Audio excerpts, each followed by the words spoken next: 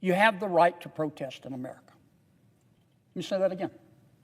You have the right to protest in America. Minneapolis has become the center of a national debate over ICE, protests, and public accountability. I want to talk about three things we do know. Number one, the loss of life in Minneapolis was a tragedy. And if you can't admit that, you have a padlock on your heart. It was a tragedy. We don't have all the facts. I know everyone's seen the videos, but the people involved haven't been interviewed. There are a lot of facts we have, but a lot of facts we don't have. And I am not going to rush to judge. I'm not going to rush to judge. President Trump has promised a full and thorough and transparent investigation, and I thank him for that. But regardless of what we find out, we all have to concede. We all should concede that the loss of life in Minneapolis was a tragedy, and I'm sorry it happened. Number two, this is the second thing that I know. You don't have to be Einstein's cousin. You don't have to be a senior at Caltech to know that illegal immigration is illegal. Duh. It's illegal. And those of us who believe that no one is above the law, we all say we believe that. I believe it. Those of us who say that no one is above the law have to concede that people in our country illegally are not above the law either. The law applies to them as well. Our immigration statutes are not second-tier laws. They matter just as much as the other statutes that have been passed by the elected members of Congress. And just like the other laws, the immigration laws have consequences and should have consequences if you violate them. Now, so I guess what I'm saying, Mr. President, is I support enforcement of our immigration laws.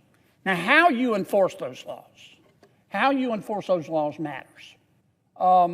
Those laws, like all laws, have to be enforced in accordance with due process.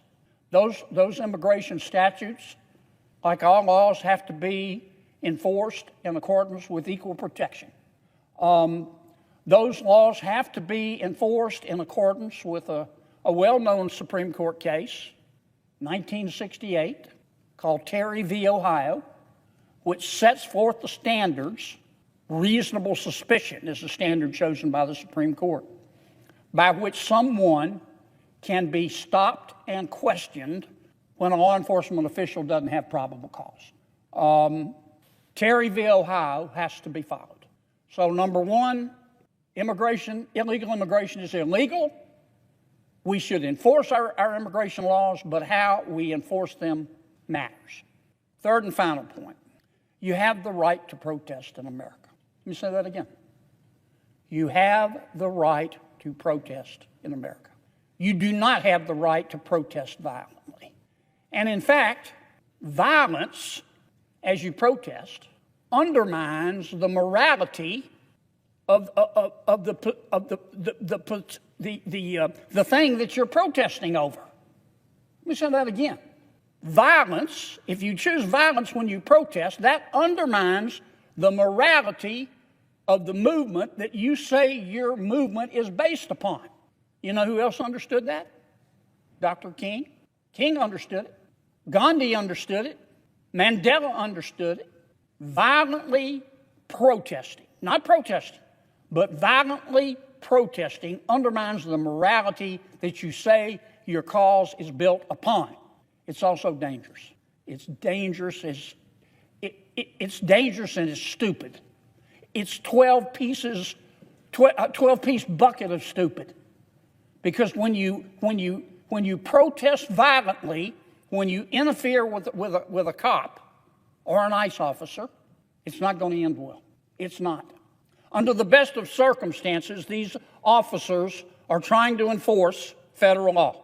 And the people with respect to whom they're trying to enforce federal law are in most cases, I'm not going to say all cases, but in most cases are criminals.